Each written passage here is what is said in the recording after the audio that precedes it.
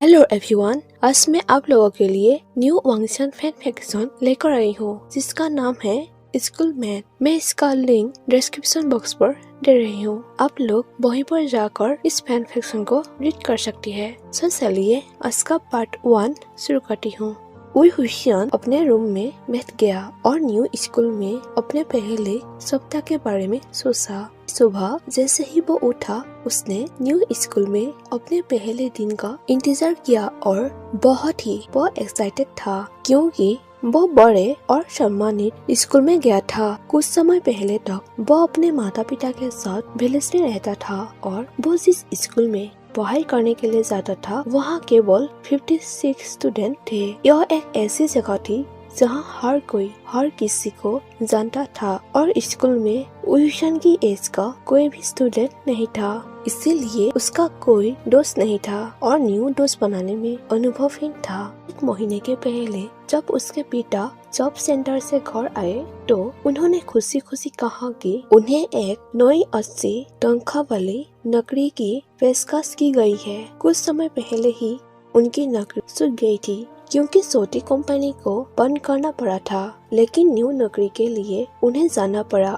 देश से लेकर बड़े शहर तक। बीजिंग न्यू कंपनी होने के कारण उसके पिता ने हुशियान के लिए स्कूल में एडमिशन भी लिया, उसके लिए भुगतान भी किया। भले ही ना तो हुशियान और ना ही उसके माता पिता यह समझने की कोशिश की कि क्यों गोसुलेन हाई स्कूल बीजिंग में बहुत प्रसिद्ध है, लेकिन हुशियान बहुत खुश थे और उसकी माँ को भी नौकरी मिल गई। वो अब CEO के किचन में काम करती है जिनकी कंपनी में अब उनके पति काम करते हैं। एक्चुअली वो एक हाउसवाइफ और माँ बनकर रहना चाहती थी, लेकिन जब उसे CEO का फोन आया और उसने उससे पूछा कि क्या वो उसके और उसके परिवार के लिए खाना बनाना चाहेंगी, तो उसने उसे मौका दिया और पहले ही दिन वो एक्साइटेड होकर घर आई और इस बारे में चिल्लाई कि हर कोई उसके लिए कितना अच्छा है। दूसरी ओर स्कूल में हुशियान का पहला दिन कुछ भी था लेकिन अच्छा था। भले ही शुरुआत एक पिक्चर बुक की तरह थी। उन्हें उनके पिता द्वारा स्कूल लाया गया था। प्रिंसिपल ने उनका व्यक्तिगत रूप से स्वागत किया। उन्होंने अपने न्यू स्कूल की यूनिफॉर्म और स्पोर्ट्स वेयर को प्राप्त किया और हुशियान ने कपड़े चेंज करने के बाद प्रिंसिपल ने उन्हें अपनी न्यू क्लास में ले गया। टीचर ने गर्मजोशी से उसका अभिवादन किया और हुशियान ने अपना परिचय देने के बाद स्टूडेंट ने बहुत खुशी से उसका अभिवादन किया। स्पोर्ट्स क्लास आने तक सब कुछ ठीक चल रहा था। स्पोर्ट्स टीचर जो एक बड़े पेन वाला एक बुरा आदमी था, उस आदमी ने हुशियान को समझाया कि वो अपना खेल चॉइस कर सकता है। केवल एक चीज जो वो नहीं कर सकता है वो है आलसी होकर बैठना। लेकिन खेल शुरू होने से पहले वो बास्केटबॉल खेल देखने के लिए गया और उसे यह खेल काफी ज्यादा पसंद नहीं आया और फील्ड के चारों ओर सभी गर्ल्स खड़े होने के कारण उसे शायद ही कुछ दिखाई दे रहा था, इसीलिए उसने खेल खत्म होने तक कहीं और इंतजार करने का फैसला किया। उसने अपनी पानी की बोतल ली, पानी पीने के लिए कुछ देर रोका जब उसे अचानक खांसी हुई और गलती से उसका पानी गिर गया। दुर्भाग्य से सीधे लेनचान के ऊपर पानी गिर गया। लेनचान तुरंत हुशियान को कलर से पकड़ लिया और उसे जोर से पीछे की ओर धकेल दिया, जिसके परिणाम स्वरूप हुशियान गिर गया। तभी लेनचान उसके ऊपर झुक गया और उसे गुस्से होकर कहा, क्या तुम जीने से थक गए हो? क्या तुम्हें दिखाई नहीं देता है? हुशियान ने हकलाते हुए और शौक होकर जवाब दिया कि मुझे अचानक खांसी हुई और गलती से पानी गिर गया। लेनचान ने हुशियान की पानी की बोतल को लात मारी और फिर चिल्लाते हुए कहा, मैं परवाह नहीं करता कि यह कैसे हुआ, बस तुम मेरे रास्ते में कभी मत आना। सभी लोग हुशियान को घूर रहा था और उसके बारे में लेकर फुसफुसाया, हंसा या चिल्लाया। हुशियान वहाँ से अपने क्लासरूम में चले जाते हैं। अपने एक क्लासमेट ने उससे बताया कि उसने पूरे स्कूल में खुद को सबसे अनपॉपुलर स्टूडेंट बना लिया क्योंकि उसने पूरे स्कूल में सबसे पॉपुलर स्टूडेंट को परेशान किया है। पहले तो हुशियान ने सोचा कि यह एक मजाक है क्योंकि एक्सीडेंट थी और कुछ भी नहीं, लेकिन लंच ब्रेक के दौरान उन्होंने महसूस किया कि उनके क्लासमेट ने झूठ नहीं कही थी। वो सब उससे बचते थे और उसका नाम लेते थे। कुछ ने उन पर खुली पानी की बोतलें भी फेंकी, लेकिन विशेष रूप से लड़कियों ने अपनी निराशा उस पर निकाली और उस पर अपना पानी और जूस की बोतलें डाल दी। जिन लड़कियों का नाम हुसैन को तुरंत याद आ गया, उनमें से एक इमली किन ने उसे सीधे चेहरे पर थप्पड़ मारा और कहा कि वो फिर से अपने बॉयफ्रेंड के पास न आए। क्लास के बाद हुसैन वापस घर जाने वाले थे, तभी उसके पास लेनजान आया। लेनजान ने अपनी आंखों से उसे गहराई से देखा और कहा, मैं तुम्हें फिर कभी फील्ड पर नहीं देखना चाहता। हुसैन ने चुपचाप से हिलाया। तब लेनजान ने अपने खेल के कपड़े उस पर फेंक दिया और कहा, देखो तुम उन्हें धोकर वापस लाना। हुसैन ने खेल के गंदे कपड़े लेकर सोचा कि मुझे कपड़े क्यों धोना चाहिए। आखिरकार पानी केवल लेनजान के सिर पर पड़ा था, न कि उसके कपड़ों पर। घर पहुंचकर वो अपनी माँ को बताना चाहता था कि उसका दिन कैसा था और वो आराम करना चाहता था, लेकिन वो घर पर नहीं थी और उसके पिता भी अभी वापस नहीं आए थे।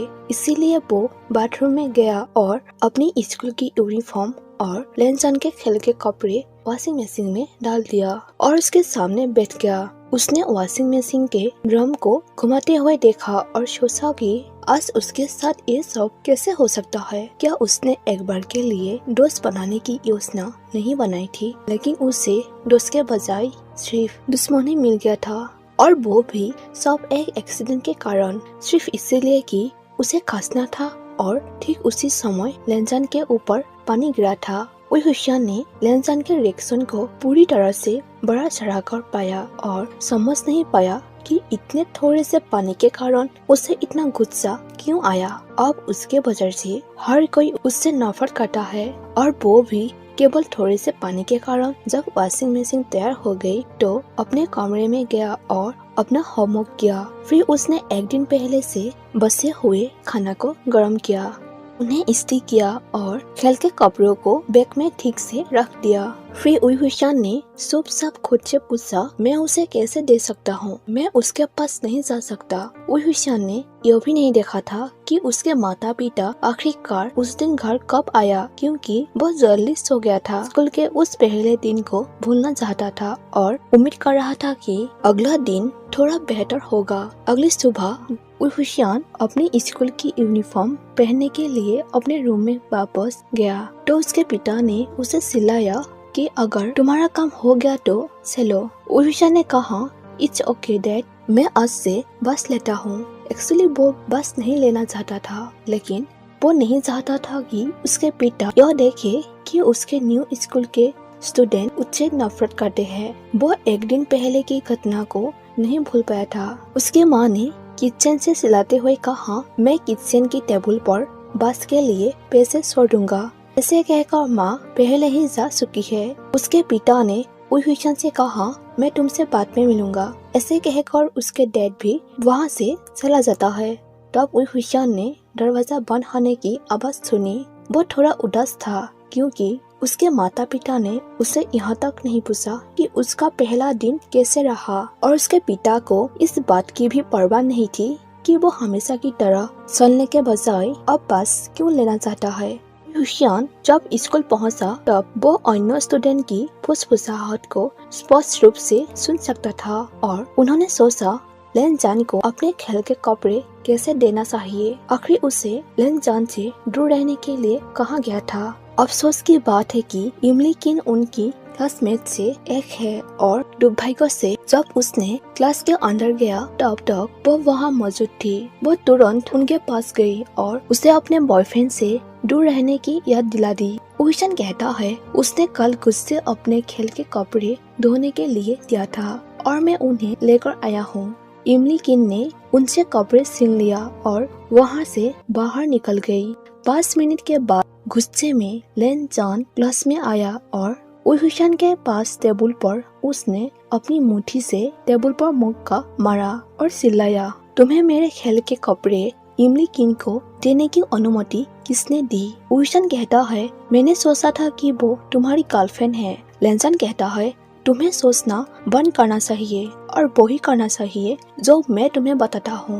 वुहुशियान को आश्चर्य हुआ कि उसने फिर से क्या गलत किया है। इमली किन उसकी गर्लफ्रेंड है, क्या फर्क पड़ता है अगर वो उसे खेल के सब कपड़े लाती है। इसके अलावा उसे लेनजान के पास जाने की परमिशन भी तो नहीं है और इसी कारण वो उसे कपड़े कैसे दे सकता था। लेनजान ने अपने खेल के कपड़े वुहुशियान की ओर फेंके हुए कहा, कल उन्हें वापस लाओ, और फिर वो क्लासरूम से बाहर चला गया। इमली किन गुस्से में वुहुशियान पर भड़क गई और जोर देकर कहा कि उसने लेनजान को इतना कोडित कर दिया है कि वो अब उससे भी नाराज हो गया है। वुहुशियान ने इसके बारे में कुछ नहीं कहा।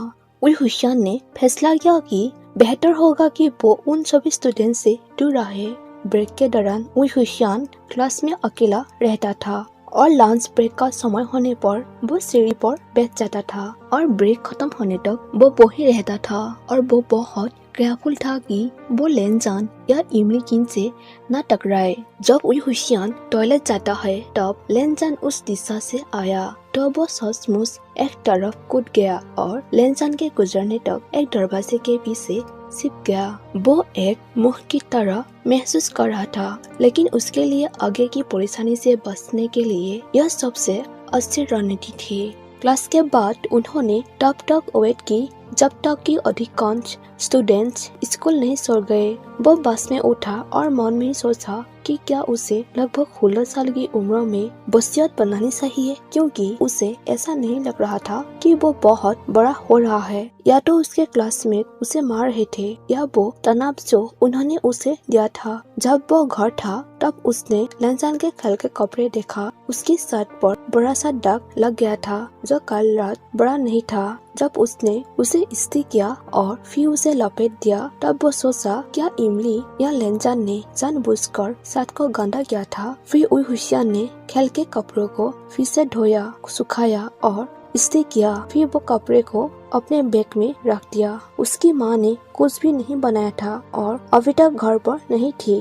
वो कोने की छोटी सी दुकान में गया और तैयार नूडल्स का एक पैकेट खरीदा, जिसे उसने अपने होमवर्क करते हुए अपने कमरे में खा लिया। वो यह पता लगाने की बहुत कोशिश की कि फ्यूचर में परेशानी से कैसे बचे। वुहुशियान ने अपनी खिड़की के सामने बैठकर सूरज ढलते हुए देखकर खुद से कहा, मेरे लिए सबसे अच्छी बात यह है कि हाइड एंड सीक गेम को खेलते रहना। कल सुबह मैं इस लेनजान को उसके खेल के कपड़े दे दूंगा और बाद में अपने रास्ते में रहूंगा और वो अपने रास्ते में रहेगा। सौभाग्य से स्कूल बड़ा है और हम एक दूसरे के रास्ते से दूर रह सकते हैं। वुहुशियान ने रात 10 बजे तक इंतजार किया, लेकिन उसके माता पिता अभी भी नहीं लौटे थे। उसने सोचा कि उसकी माँ को रसोइया के रूप में इतनी देर से काम क्यों करना पड़ा और क्यों उसके पिता को भी पहले दिन से ही इतना ओवर टाइम काम करना पड़ा। अगर उनका निजी जीवन पूरी तरह से इस प्रतिज्ञा में खो गया है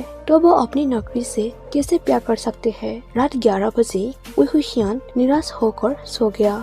उसे अपने माता पिता से मिलने की उम्मीद थी, लेकिन वो इतना थक गया था कि उनके घर आने का और इंतजार नहीं कर सकता था और निश्चय ही वो उसका रोना सुनने के लिए बहुत थक गए होंगे। अगली सुबह वुहुशियान को अपने माता पिता से नाश्ते पर बात करने की उम्मीद थी, लेकिन उसकी माँ को बहुत समय हो गया था और उसके पिता भी बिजी थे। माँ ने वुहुशियान के पैसे को बस के लिए टेबल पर रख दिया और उनके बीच बिना एक शब्द बोले चली गई। स्कूल पहुंचकर वुहुशियान सीधे लेनजान के क्लास में गया। उसने दरवाजे की चौखट पर नॉक की और लेनजान से अपने खेल के कपड़े लाने को कहा। उसने सिर हिलाया, खड़ा हो गया और मुट्ठियां टेबल पर दबा दी। फिर वुहुशियान को ऑर्डर दिया कि उन्हें यहाँ मेरे पास लाओ। वुहुशियान ने आहें भरी और कपड़े टेबल पर ले गए। लेनजान ने उन्हें करीब से देखा, फिर कहा, ठीक है, तुम यहाँ से जा सकते हो। वुहुशियान तुरंत मुड़ा और चला गया। उसका दिल जोर जोर से धड़क रहा था। वो इतना एक्साइटेड और घबराया था, उन्होंने लगभग पूरे समय सांस लेने की भी हिम्मत नहीं की थी और केवल जब वो क्लास से बाहर था तो वो रुका, गहरी सांस ली और राहत मिली और फिर अपनी क्लास में गया। तब वुहुशियान ने देखा कि उसके टेबल कचरे से भरी हुई थी। उसने अपने गुस्से को छिपाने की कोशिश की। उसने चुपचाप सारा कचरा हटा दिया। ब्रेक के टाइम लॉकर के पास गया और एक किताब निकालने की कोशिश की। जब उसमें से सैकड़ों पंख उसकी ओर उड़ गए तब स्टूडेंट्स विहुशान के चारों ओर खड़े हो गए और हंस पड़े। जब विहुशान ने उस गंदगी को साफ किया और अपना लॉकर साफ किया तो वो वापस अपनी क्लास में चला गया, जहाँ उसकी टेबल पर लाल स्याही से लिखा हुआ था कि जहाँ से आए थे वहाँ वापस जाओ, बाहर में जाओ क्रांति बॉय। एक नरम कपड़े से विहुशान ने अपनी टेबल साफ की और परवाह न करने का नाटक किया, लेकिन हकीकत में उसने अपने आंसू रोकने की कोशिश की। लंच ब्रेक के टाइम लेन चान विहुशान से कहता है, क्या तुम अब पूरी तरह से पागल हो गए हो? तुम्हारे साथ क्या क्या गलत हुआ है? विहुशान ने अपना सिर नीचे किया और भाग गया। उसने जितना जल्दी हो सके भाग जाना था। विहुशान तब तक नहीं रुका जब तक उसने एक खोला दरवाजा नहीं देखा। वो म्यूजिक रूम पहुंच जाता है, जहां एक युवती पियानो पर बैठी थी और विहुशान ने अब तक का सबसे सुंदर राग बजाया था। वो कमरे में आया, बैठ गया और म्यूजिक सुनने लगा। जब महिला ने पियानो बजाना समाप्त किया तो वो मुस्कुराई। उस दिन उस म्यूजिक रूम में वो पहली बार एक ऐसे व्यक्ति से मिला जो उससे घृणा नहीं करता था। भले ही वो एक स्कूली स्टूडेंट नहीं थी, लेकिन एक स्टूडेंट जो कि रेगुलरली पियानो बजाने के लिए इस स्कूल आती थी। विहुशान को खुशी हुई क्योंकि आखिरकार उसे कोई ऐसा तो मिल गया जो उसके लिए अच्छा था। दोनों ने लंबे समय तक म्यूजिक के बारे में बात की और उसने उससे पूछा कि क्या वो भी म्यूजिकल है। विहुशान ने सिर हिलाया और उससे कहा कि उसे हमेशा से गाना पसंद है। उसने उसे बताया कि उसका पसंदीदा गाना क्या है और जब वो गा रहा था तो उसने पियानो पर इससे बजाया और विहुशान के सुंदर आवाज अन्य स्टूडेंट और टीचर का ध्यान आकर्षित करने के लिए काफी तेज था। कोई लोग म्यूजिक रूम के बाहर खड़े होकर उन्हें देखते रहे। वो बहुत चुपचाप पियानो बजाते और गाते हुए सुनते थे और जब म्यूजिक खत्म हुआ तो स्टूडेंट्स और टीचर ने ताली बजाई। दुर्भाग्य से ब्रेक टाइम जल्दी ही खत्म हो गया था क्योंकि अगले 2 घंटे में उसके पास स्पोर्ट्स क्लास थे और वो पहले से ही इससे दूर रहा था। चेंजिंग रूम में विहुशान एक कोने में बैठ गया, अपने कपड़े बदलने और बाकी लड़कों के जाने का इंतजार करने लगा और उसके बाद ही वो बाहर गया और तुरंत ट्रैक पर चला गया। एक और बास्केटबॉल खेल रहा था, लेकिन विहुशान ध्यान नहीं दे रहा था। वो सिर्फ डर रहा था, यहाँ तक कि उसकी ताकत ने उसे सो दिया था। तो भी वो डरता रहा और डरता रहा, तब तक डरता रहा जब तक कि अचानक किसी ने उसकी कलाई पकड़ ली और उस पर चिल्लाया कि क्या तुम खुद को मारने जा रहे हो? तभी विहुशान चौंक गया और उस व्यक्ति को देखकर चकित रह गया जिसने उसे रोकने की हिम्मत की। उसके आंखें चौड़ी हो गई और उसका दिल फिर से जोर से धड़कने लगा। यह लेनजान ही थे जिन्होंने उसे अपनी कलाई से पकड़ रखा था और उसे जाने देने का कोई प्रयास नहीं किया था। फिर लेनजान चिल्लाते हुए पूछता है कि क्या तुम पागल हो? क्या तुम खुद को मारने की कोशिश कर रहे हो? अब तुम कितनी बार डर रहे हो? क्या तुम्हें पता है कि इस गर्मी में यह कितना खतरनाक है? विहुशान ने किसी भी सवाल का जवाब नहीं दिया। उसने अपनी कलाई फाड़ दी और लॉकर रूम में भाग गया। उन्होंने खेल के कपड़े पहनकर नहाया और ठंडे पानी का आनंद लिया। फिर से किसी ने उसकी कलाई पर थपथपाया और उसे ठंडे शावर से दूर खींच लिया। फिर से लेनजान ही था जिसने विहुशान को गुस्से से देखा और जानना चाहा कि वो ऐसा क्यों कर रहा है। तब विहुशान कहता है कि बेहतर होगा कि तुम मुझसे दूर रहो, इससे पहले कि कोई और सोचे कि मैं तुम्हारे बहुत करीब आ गया हूँ। कौन जानता है कि कल मेरे डेस्क पर या मेरे लॉकर में क्या घिनौना काम होगा, या हो सकता है तुम्हारी गर्लफ्रेंड फिर आकर मुझे थप्पड़ मारकर चले जाए। लेनजान कहता है क्या बकवास कर रहे हो? विहुशान कहता है बकवास? तुम ऐसा कहते हो बकवास? मैं उस बदमाशी को कहता हूँ, लेकिन कोई बात नहीं, इससे तुम्हें कोई फर्क नहीं पड़ता और अब मुझे अकेला छोड़ दो। विहुशान ने अपनी कलाई को छुड़ाने की पूरी कोशिश करते हुए कहा, लेकिन इस बार लेनजान ने कलाई को पकड़ ली और वुईहुशियान विरोध नहीं कर सका। वुईहुशियान स्ट्रिक होकर चिल्लाया, तुम मुझसे क्या चाहते हो? मैं तुम्हारे रास्ते से हट जाऊंगा। जैसा तुम चाहते हो तो तुम भी मेरे रास्ते से दूर रहो। लेनजान कहता है, वुईहुशियान प्लीज मेरे बात सुनो, ठीक है? वुईहुशियान कहता है, नहीं, मैं तुम्हारी बात नहीं सुनना चाहता, मैं तुम्हें देखना भी नहीं चाहता और मैं तुमसे बात नहीं करना चाहता। बस मुझे अकेला छोड़ दो।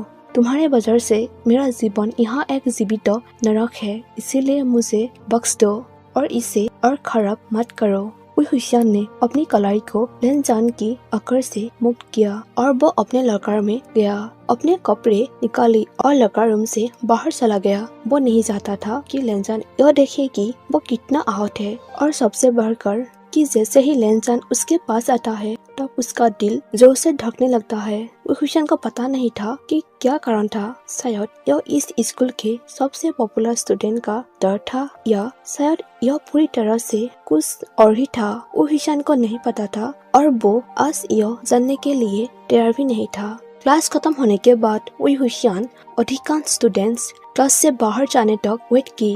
फिर वो स्कूल से निकल गया और धीरे धीरे घर की ओर चल रहा था। उसे बुरा लगा, उसके सिर में चोट लगी और उसे चक्कर भी आ रहा था, साथ ही उसके पूरे शरीर में दर्द हो रहा था। वो बस घर जाकर अपने बेड पर जाना चाहता था। वुईहुशियान स्कूल के फील्ड से भी कम की दूरी पर था। तब उसके बगल में एक काली कार रुकी। कार का पिछला दरवाजा खोला था और वुईहुशियान को विश्वास नहीं हो रहा था कि लेन फिर से उसके सामने है। लेनजान उसके पास आकर कहता है, तुम ठीक नहीं लग रहे हो, क्या तुम ठीक हो? वुईहुशियान कहता है, मैं ठीक हूँ। लेनजान कहता है, मुझे तुम पर विश्वास नहीं है, कार में बैठो, हम तुम्हें घर ले जाएंगे। वुईहुशियान कहता है, नहीं थैंक्स, मैं चलना पसंद करूँगा। लेनजान कहता है, चलो मेरे साथ, मुख मत बनो, तुम बहुत कमजोर लग रहे हो, मुझे तुम्हारी मदद करने दो, ठीक है?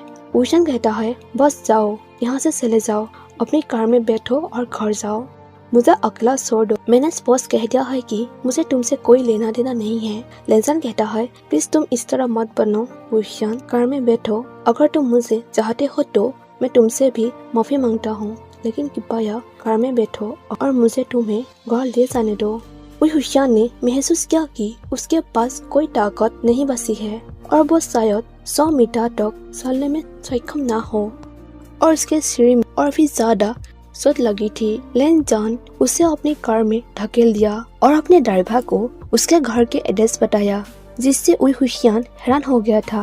उसने सोचा कि लेनजान कैसे जानता था कि वो कहाँ रहता है। गाइस, आज का पार्ट मैं यहीं पर खत्म कर देती हूँ। इसका नेक्स्ट पार्ट में जरूर लेकर आऊंगी और आप लोगों को ये वीडियो कैसी लगी जरूर कमेंट करके बताना। और इसका लिंक मतलब फैन फिक्शन का लिंक मैंने डिस्क्रिप्शन बॉक्स पर दिया हुआ है, सो वहाँ पर जाकर रीड कर सकते हैं। और मेरी इस वीडियो को लाइक कर देना और चैनल को सब्सक्राइब कर देना। And thank you for watching my video. Bye bye.